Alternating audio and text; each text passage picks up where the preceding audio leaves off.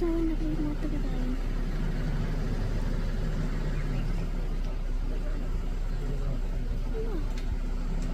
ওই পাশে একটা ভুটানের গাড়ি। হ্যাঁ, ওই পাশে একটা ভুটানের গাড়ি। এদিকে ঘর, এদিকে ঘর, এদিকে ঘর। দাদা বেরিয়ে যান সাইড দিয়ে। কেন বেরিয়ে যাবে? কি করবেন?